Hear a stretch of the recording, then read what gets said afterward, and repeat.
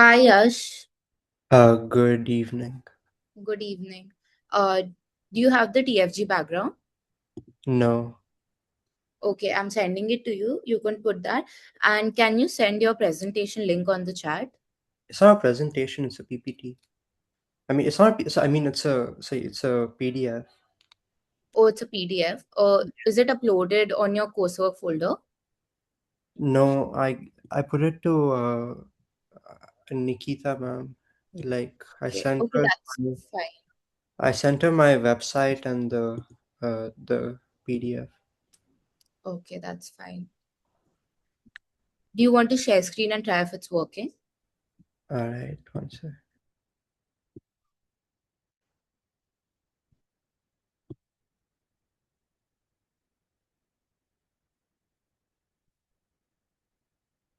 Uh,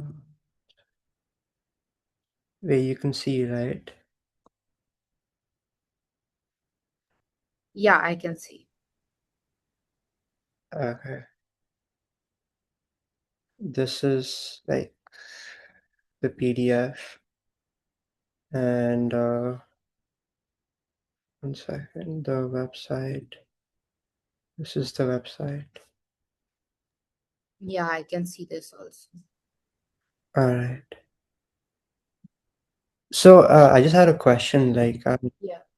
It's like I have 43 pages of like this, and should I just skim through it, or like what should I do? Yeah, I think you can skip through it because I think you'll have around 30 minutes to present. Oh, is there another person who's like, Yeah.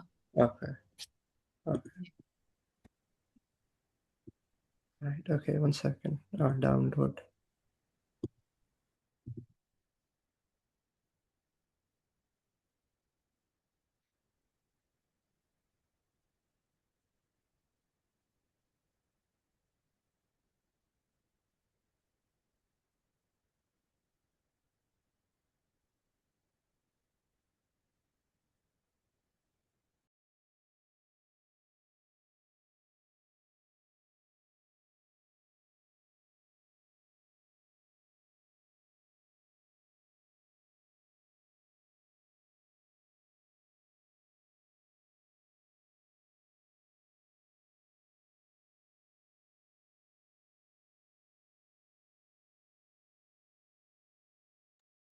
We'll just start in the next 5 minutes. We'll just wait everyone to join. Yeah.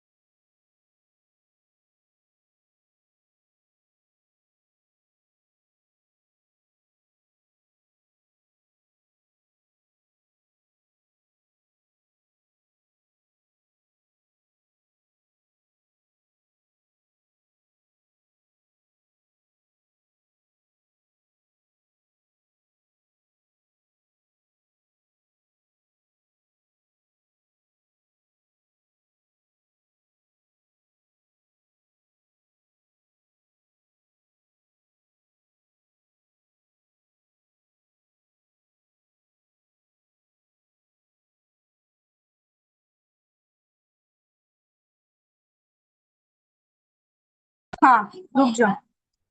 चलो हो गया।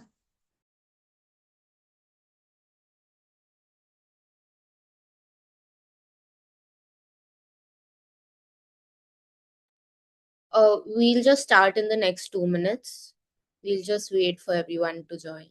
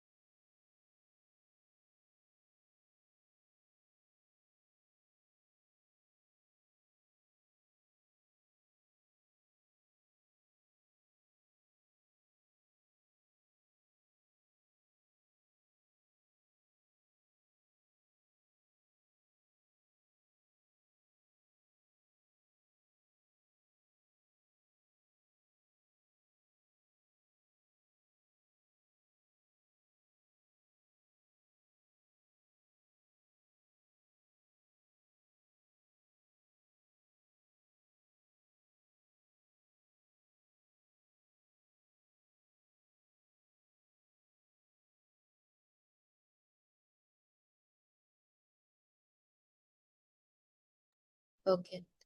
Yash, are you there? Yes, I'm there. Yes. You can start. You can share screen and start. All right, okay. Good evening, everyone.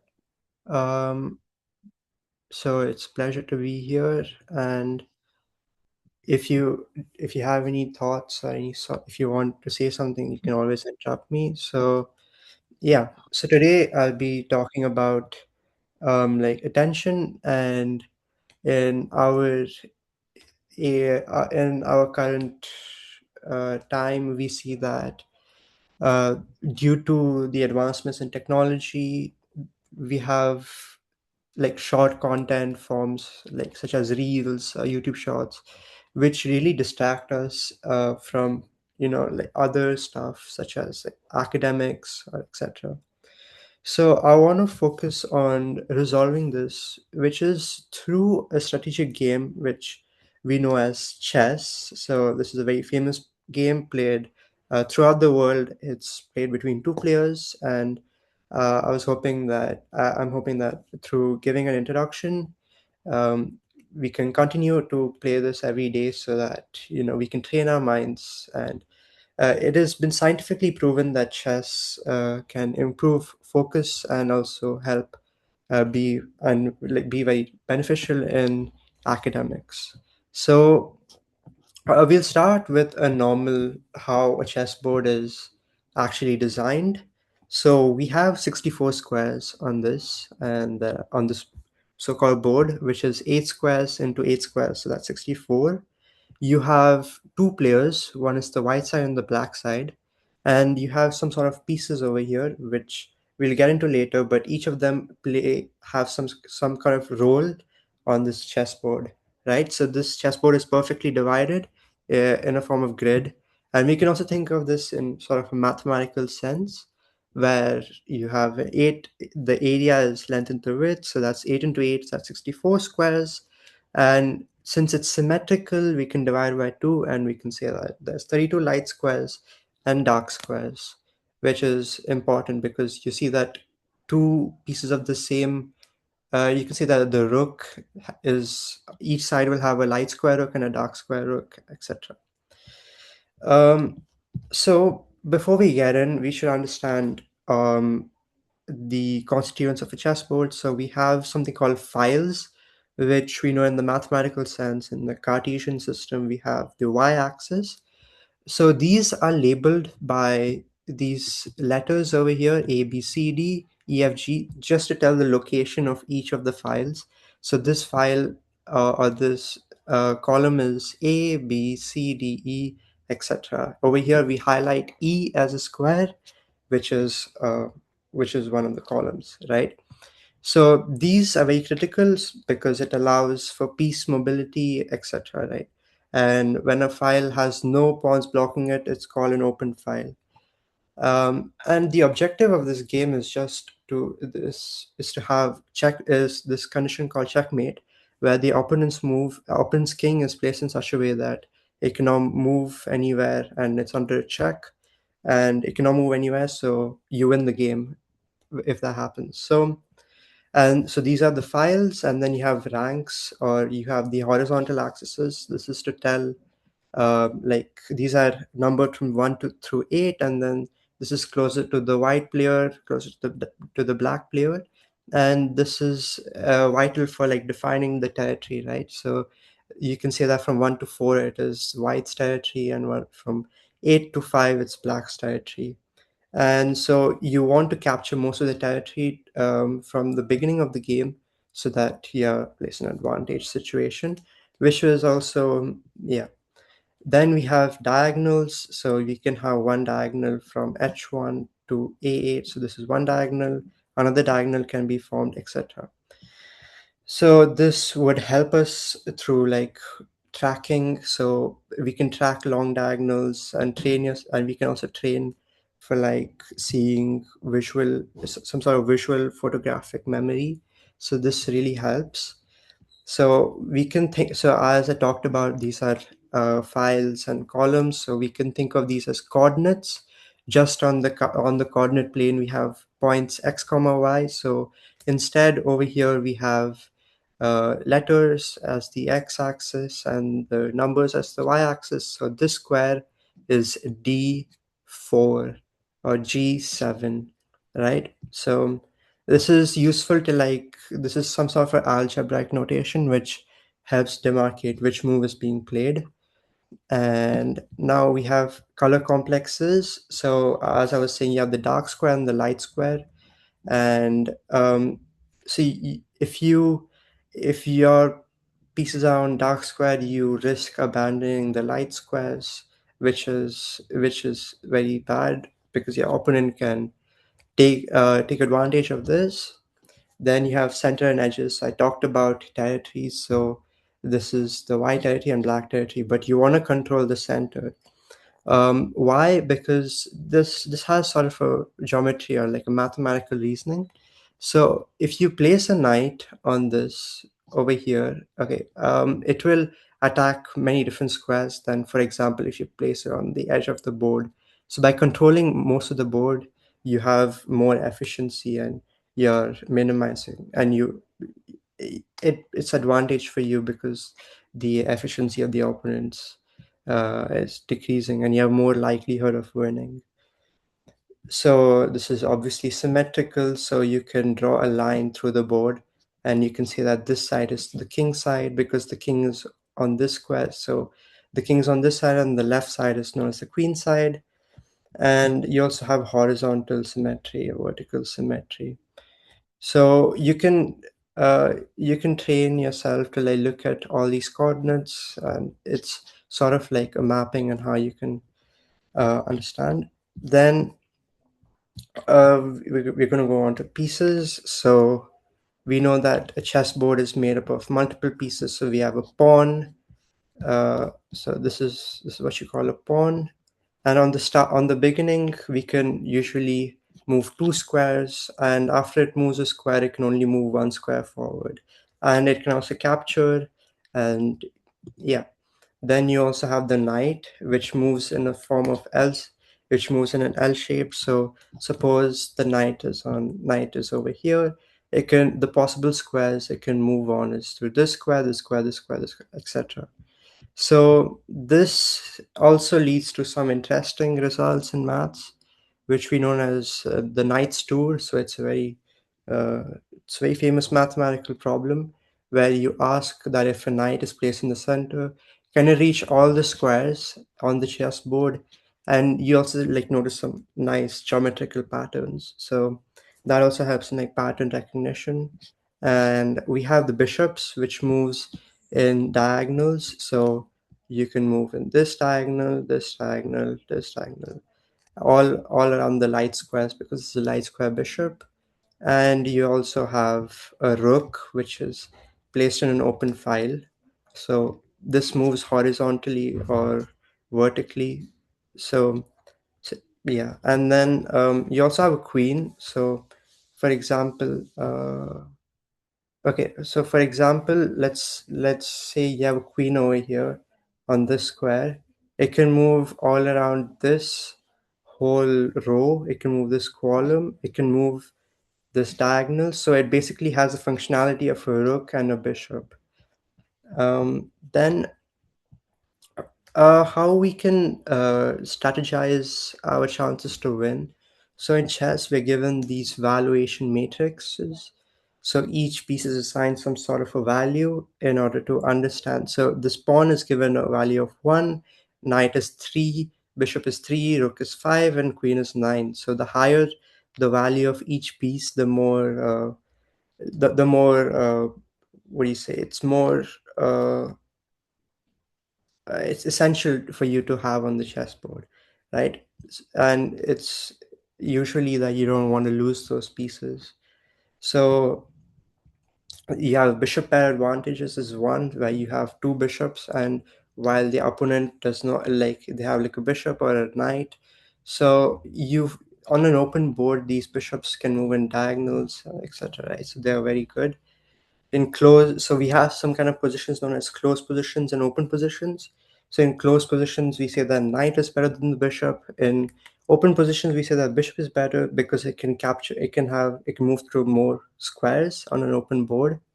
An open position means that the pawn structures are are like they form like cleared files, which I talked about earlier, where if the pawn is not obstructing, then you have an open file. Then you also, so there's something called an exchange tree, which is basically a mathematical approach where you you see which pieces to trade based on the value. So, for example, the value of captured minus the value of loss. So, suppose you have a rook and you're giving it for a knight, right? So, a rook is 5, knight is 3, right? So, that would be -2, which is disadvantages, which means that this should not happen.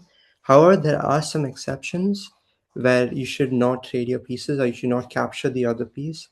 So these are like these positions are known as positional positions. So yeah, and then you have a principle of two weaknesses where you fix opponent's weakness over here, but on this side of the board, but you attack on the other side of the board. So this is a good strategy on this chessboard. And we also have some sort of tactics which can happen on the chessboard. So there's something called a fork, where you attack two pieces at the same time. So basically, this is mathematically, it's basically you find a square which, so you can think of these as like vectors, right? So this is I and J, and you can think of these as the vectors of a piece movement which intersects the positions of more like high value targets. So suppose you have a knight. This is also a high value target, and the rook is higher because 5, and this is 5 points, this is 3 points. So by placing the knight on e5, you can attack this. This, since it's a check, this king has to move because it's attacked. But so yeah, and after you move, then the rook is gone.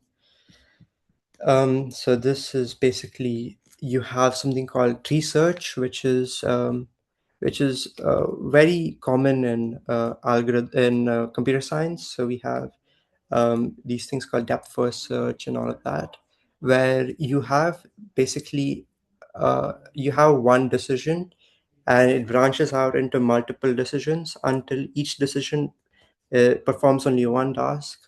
So this is what you call in chess, we call this as depth of calculation.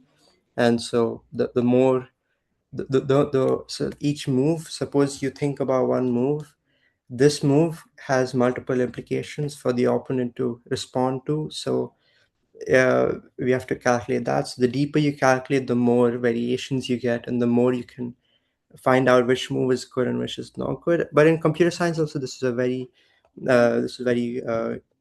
prevalent. You also have in AI, in machine learning, you have this thing called random forest, which makes use of these sort of tree structures. to make decisions and for training of AI models, right? Um, so we have this is a stage of the game known as the end game, where you have fewer pieces on the chessboard, and this is said to be one of the purest form of chess because because with lesser pieces on the board, it's more difficult to calculate than with more pieces. So there's one concept known as opposition, where your king is when your king is placed in such a place where there's only exactly one square between them. So suppose if you have a pawn over here and it's black to play, then there's this famous win where you can move the king and then you can push the pawn. So this is sort of like a Zugzwang, or it's like a German word to say that your opponent has no other move and he has to play whatever you decided. Um, and this relies on parity. Again, parity is very it's important in computer science. You have zeros and ones, which basically power our computers which we use nowadays. So we have Boolean gates, which are which use these values of zeros and ones. So you have some kind of like logic gates, which are combined together to form a circuit, and these circuits are put onto microchips, etc. Right. So this parity is very important and is also seen in chess. Um, so there's also this thing called recursive thinking, where you think about in such a way that so you say that if I move over here, he must move in another way and allows me to move here. So this is some sort of recursive thinking where your move is based on the previous or your opponent's move, right? So this is so it can also help us in thinking more logically in other aspects of life. Now, so we have some kind of, so this is how we could think. We have something called heuristic thinking versus algorithmic thinking. So it's not possible to like calculate all the moves, and the complexity of a chessboard, or the search space or the number of possible positions on a chessboard is 10 to the power 120, which is termed as the Shannon number, and it's also like more than the number of atoms in our universe. So it is very difficult to calculate all these positions. So we use something called heuristics, which is you see there are structures in chess. So this is the opening phase, or when the game begins. We have these things called structures, so which are given a few names. So there's like Sicilian defense, etc., where you already know where to place your pieces. But if you're looking at algorithmic, you'll check each legal move and its consequences, which will take a lot of time. So how we as humans have this decision thinking is there's this algorithm also in computer sciences, this thing called minimax algorithm. So what we do is that we maximize our own gain in each of this and minimize our opponent's options. So when you analyze a position, you would look at what's the best move, such that the opponent has to play these moves or these three moves, etc. So what you're doing is that you're constraining the search space, and so you're basically optimizing for more thinking. So this also has been with advancements in technology. We have engines which are computers which perform way better than humans can, and so there are some very famous uh, engines like Stockfish Alpha Zero, and famously in 1998, Deep Blue had defeated the world champion in a 5 game match, I believe. So that was like a turning point in what revolutionized as our modern day AI and this boom which we are seeing right now. So the mathematical model between these engines is given by this formula, right? So the weightage is all the importance which I already highlighted before, and they're multiplied by the material count and the activity of each pieces and the king safety. So this is like just a simplified way of showing the background of how our engines model day computers um, sort of find a way through the chessboard and perform better than even humans. So there was a breakthrough in the recently by DeepMind, which was that this basically this neural network, which a machine learns the geometry of power, etc. So that it basically uses it uses these weights, as I mentioned above over here in this function, and it learns by playing a game itself. So there's no human intervention and no sort of brute force kind of way of looking through this. And this and our modern so this is like a neural network which is trained on this, and which also beats many of our uh, trivial engines right now, which is basically based on this algorithm known as alpha beta pruning, where you would there's a lot of complexity on the chessboard. So you would prune or like just not consider the moves which are not good. So the moves which are not good are basically known as as they're not classified as these things called candidate moves. So if it's losing, then it saves cognitive energy and just removes sort of that uh, distraction, as you can say. So yeah, chess it it is a process of learning itself, right? There are finite games which have an end, which is like chess, and you have something called infinite games, which are for the purpose of continuing to play. But the true value of chess is just not like elo rating, which is basically a rank which is given to you when you start playing professional chess, but it is basically developing how you think. And when you encounter a losing position, do you panic? Or if there's any situation in life, you can always, this sort of helps, right? Even sports in general helps. So this is one scenario where you can look at like maximizing your strategy, which is very useful in fields like economics and like trading markets, etc. And you would see that you would center your focus. So you would look at the five squares, you would look, am I being passive, creative, etc., right? So this chess is sort of like a microcosm, or like it reflects the world. So even in this 64 squares, it allows for creativity.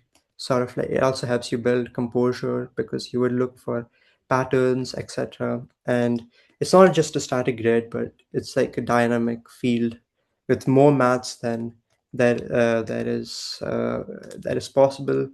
And yeah, these are some puzzles, but owing to the time constraints, I will move on to another thing I built.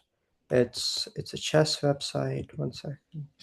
I hope you can see my screen. So I built this where you can look at through each chapter, and you can look at the key points. So like what is each position. You can also play through the game how it is. It gives you a guide, like for example the starting position. So it occupies ranks 1 and 2, black occupies 7 and 8, and these are the central squares, and they should fight for control of these squares. Then we move on to files, as I talked about, etc. And then you have the four central squares, and this is one tip, and then you can move on. But yeah, you can keep on doing this, but there's also these things called puzzles where you can challenge yourself in certain positions. So you can look at how white can optimize itself to have a winning position on the seemingly chessboard. So you can look at themes like how these are connected to each other. So this knight is connected to this. So how will you deflect this knight? How will you move it away so this my rook can capture this bishop? And yeah, there are infinite number of puzzles you can do on this website, and there's also this resource known as Lichess, so you can daily train. And so this position you can just go here and check, and then this is gone, right? So like this we can train our mind to see more patterns on a chessboard. So yeah, that was it for my presentation. Thank you. if you have any questions, you can feel free to ask. Thank you, Yash. Does anyone have any questions?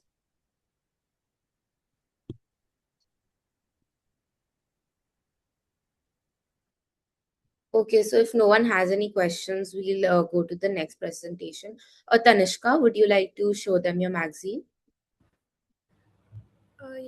Oh, Yes, yes. just a second.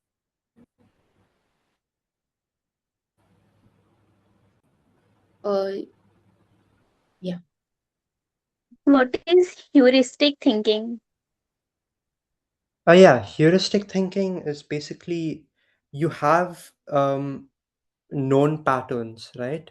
So patterns can be generated from like recurring sort of motives which come from a position, or just in general we have some kind of recurring patterns. Like suppose you have a sequence of numbers, you got a 1 3 5 7 9, right? So you see that they're all odd numbers and they have a difference of 2, etc., right? So we can say that this is one pattern. And when you're optimizing your thinking, you would make sure that you have this pattern as like stored in a database or some sort of area, and you would look for these patterns in whatever your thinking is, instead of just like going and thinking originally. So yeah, this is what heuristic thinking is, and it is used in a lot of cybersecurity areas. So for example, you have a computer and you would look for viruses on your computer, right? Or some sort of hack on your computer. So how these softwares work is that they have fixed patterns or logs of like viruses with their signatures, right? And it will look for these sort of patterns on your computer. So this is how like heuristic thinking is sort of applied in our lives. Yeah, I hope I answered the question. Thank you. Thank you, Yash. Um, Tanishka, would you like to present now? Yeah, there's a question in the chat box. Okay. Yash, there's a question. Yeah. Yeah, I'll answer the question. I can see it.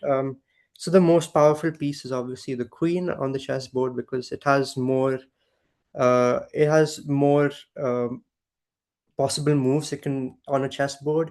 It's also assigned a higher value. So this is usually what we look for in a chess game, where you would look to capture the opponent's queen, and it's easier to win the game. So yeah, this is what we can use for a strong competition, as you said. I hope I answered the question.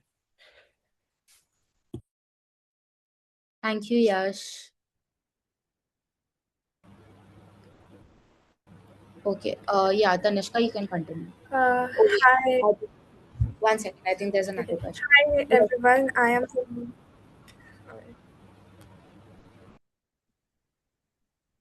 Shama, you can go ahead. There is a term used as stalemate. So when does that happen in chess? Yeah, stalemate. So what happens is, suppose you have your opponent's king, right? And you place your pieces in such a way that your opponent has no other move except moving the king. But the thing is, you're not checkmating the opponent, you're not giving a check, which means you're not attacking the king, but the opponent's king can also not move in that position. So what happens is that in that situation, since the opponent cannot move, it's termed as stalemate, and it's basically where each person is, it's called a draw. So you don't win and you don't lose, you just, it's a draw. Basically your opponent cannot move the king, and you place your pieces in such a way that your opponent cannot move the king, and usually happens in the end game or the later phases of the game, where there are lesser or fewer pieces on the chessboard. Yeah. Does anyone else have any questions?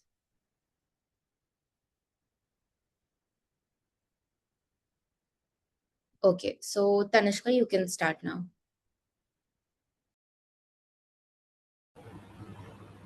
Alright. Hi everyone, I am Tanishka Goyal and I'm here to present a mini magazine that I've created that explains basic economic principles.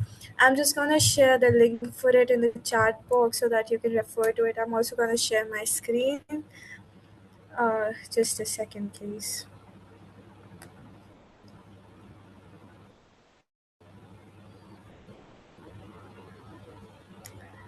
Do you mind sharing the screen or making me the host?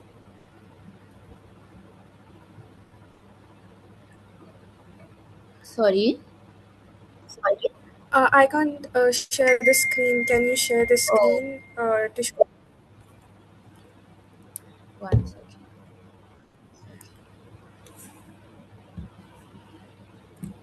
You can open and see the magazine that I've shared in the chat box till then.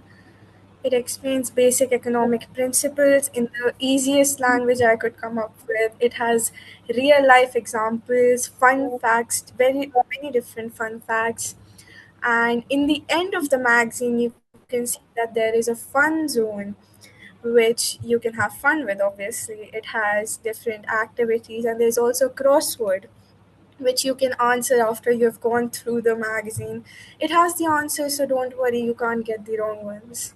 Tanishka, you can share now. All right.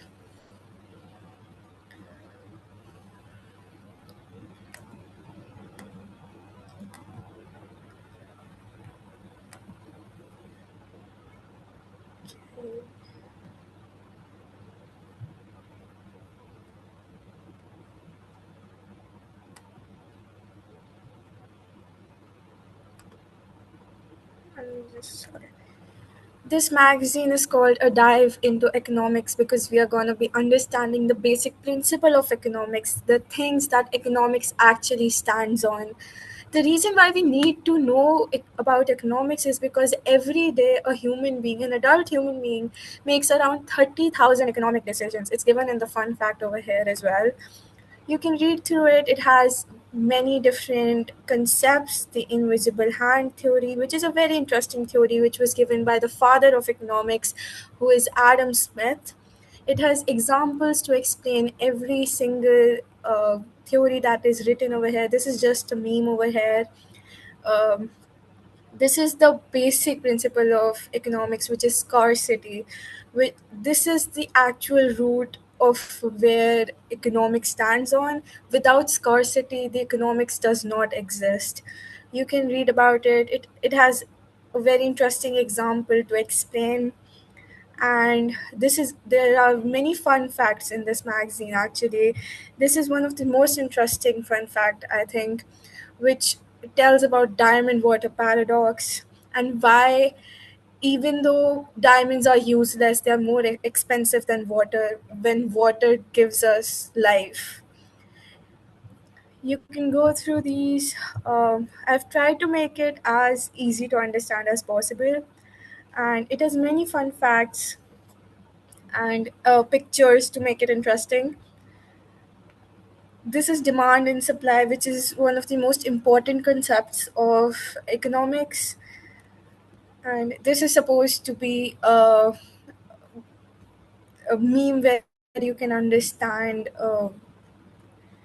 economics in a better way. This is the history of money, how we used to use shells as money first, then we came to gold and silver, and now we use paper notes, and even digitalized transactions take place these days. This coin over here is the this is the oldest coin, which is known as the Lydian lion. It was made around 600 BC in Turkey. It is known as the true coin, and it was made of a mixture of gold and silver, and it was weighed before every transaction, so that was a very difficult thing to do. This explains the concept of inflation in the form of a monster, because inflation increases the price of commodities and eats away our money, as we can say. And this is an interview with a 100 rupee note where it explains that its value is going down And here in the end, we have the fun zone where you can see there are a lot of activities. This is guess the emoji, the answers are given. This is a riddle, and this explains a concept which is given above, which is opportunity cost. You can read about it and then you can answer. It does not have a wrong answer, and you can learn that by reading. And this is a very interesting crossword that I was talking about. It has the terms which we have learned above during the reading of the magazine, and you just have to read the hints that are given and come to the words. The answers are given below, but I would like it if you did not cheat. And that's it. That's our magazine. I have shared the link to it in the chat box. You can refer back to it whenever you want to learn about economics.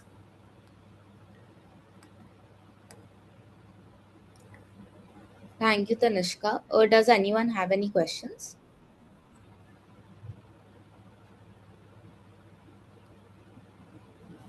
Okay, if no one has any questions, we'll move on to the next presentation. Trisha, are you there? Yeah, Amanda. Okay, do you want to share screen? Yeah. Alicia, give me 1 second. Yes, Afsha. Ma'am, I want the PDF, please. Yeah, it is in the chat. The link is in the chat. Okay, thank you.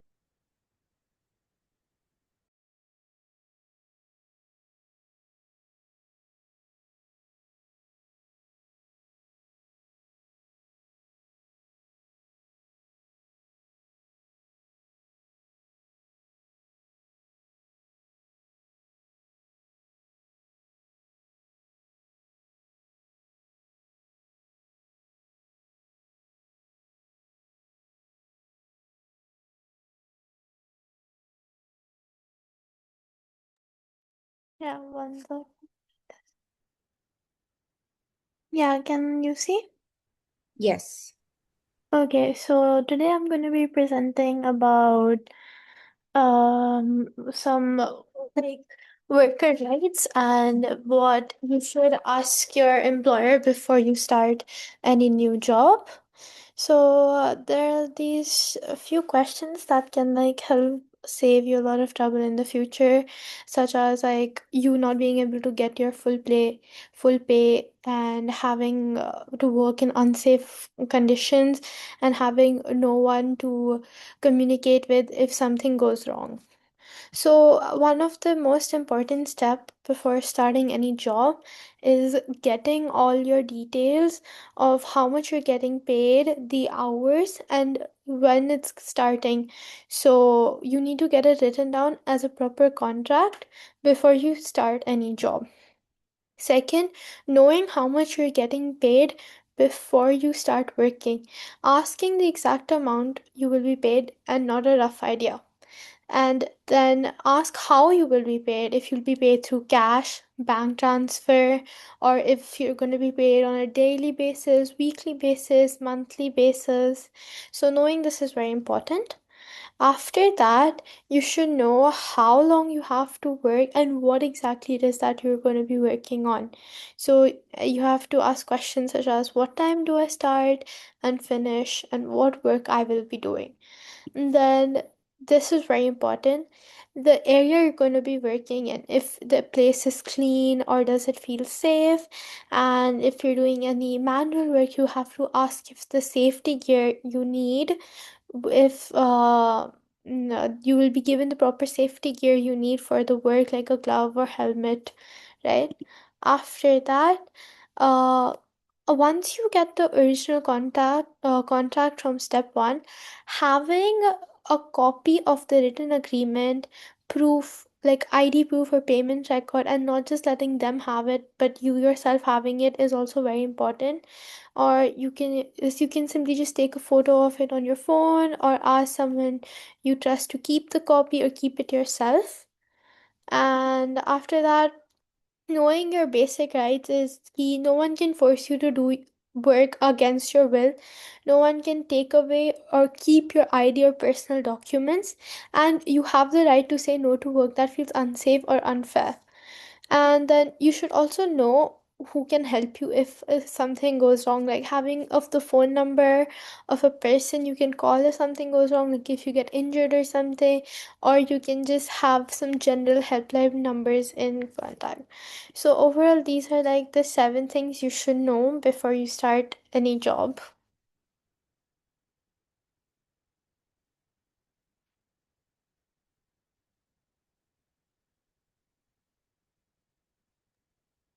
Trisha, are you done? Yeah. Okay, thank you. Does anyone have any questions?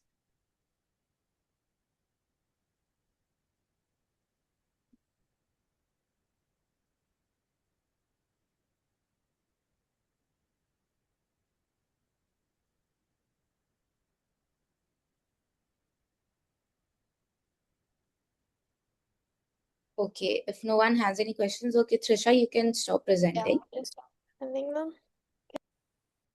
Okay. We just wait 5 minutes for the next presenter to join. Uh, till then, does anyone want to share anything that they really liked learning today, or anything new that you have learned today?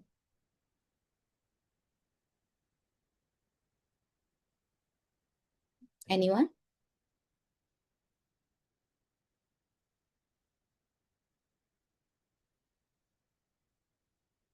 Yes, Shama. So today I finally got the clear definition of steelmate for which I was searching from last 2 weeks, and I was not just getting the words which they were telling me. I have searched almost everywhere, but that few words, and I was little confused about it. And today I finally got it, and I'm really very satisfied with it. So thank you so much for that. Yes, thank you, Yash, for that. Um, anyone else?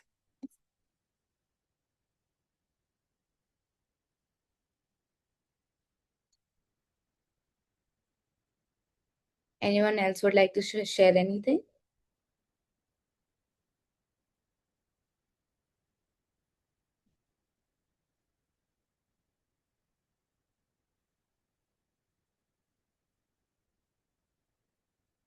Okay, then we just wait for 2 minutes for the next presenter to join, and then we'll start.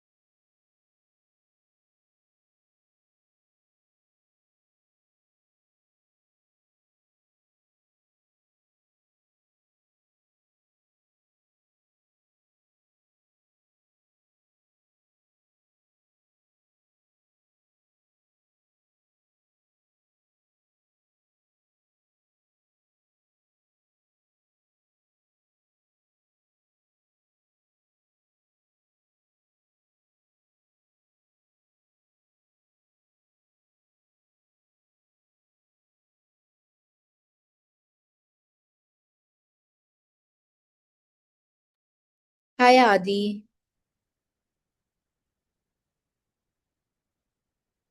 Hello. Um, yeah, so you can start with your presentation. Okay. Yeah.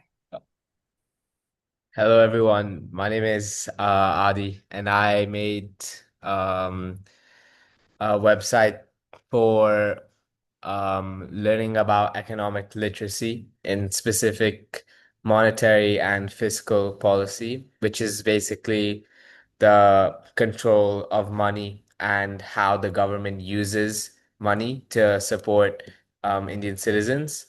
And so now I'll just share the website. Uh,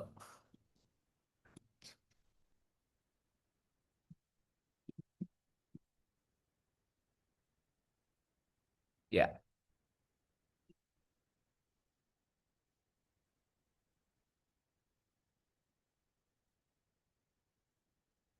Can you all see my screen? Yes, we can see. Okay.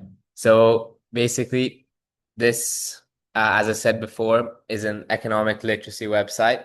And right now it's available in 5 languages: English, Hindi, Bengali, Marathi, and Punjabi. So you can choose between anyone you'd like, and I can always add more. So if any of you have any suggestions on what languages you'd like added, you can just let the Tries for Good Foundation or let me know directly, and I'll work on adding that. So when you scroll down, you can choose between learning about fiscal or monetary policy, and then you can start on one and then go to the other. So if we go on fiscal policy, for example, here there'll be 6 different modules on what each of the policies are. And they'll basically cover the fundamentals of everything and everything that you need to know when you want to make a economic decision. So right now we have things like, how does the government get its money? How does it spend its money? What's the difference between the government spending and government revenue? Um, what does government debt mean, and what are its implications on Indian citizens? And just overall, how the government spends its money affect all of us? And then for monetary policy, so you can go here, you can flip between whichever ones you want to study. It is the fundamentals of money. So how, where, and what money is, where it comes from, who actually controls the money. So who's printing all the money that we're using every single day, and how does inflation affect our lives, and how can it be controlled to minimize its effect? So every single module should take around 45 minutes, a maximum 60 minutes. And there'll be questions as well and activities you can do with others if you want as well to test your understanding of everything. So if you also, for every single module, there's a PDF. So if you click here, it'll take you to a PowerPoint on which basically goes into slightly more depth everything that's in the website. So as you can see, there'll be more detail for all the information. And that's there for every single module for both policies. Um, yeah, and then if you want to return back, you can just click here and you'll start again.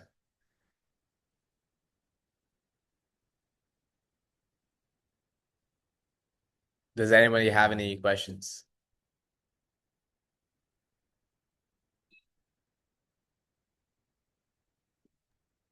Adi, can you send the link to the website to on the chat as well? Yeah.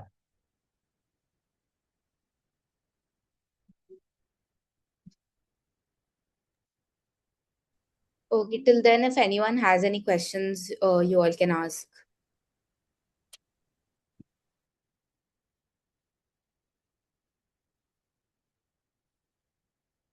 Yeah, I've sent it on the chat. Thank you.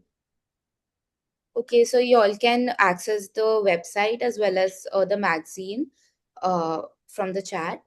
So if no one has any questions, then we can end the session here. So see you all in the next session then. Bye everyone. Thank you, Adi. Thank Thank you. you. Thank you, everyone. Bye. Bye.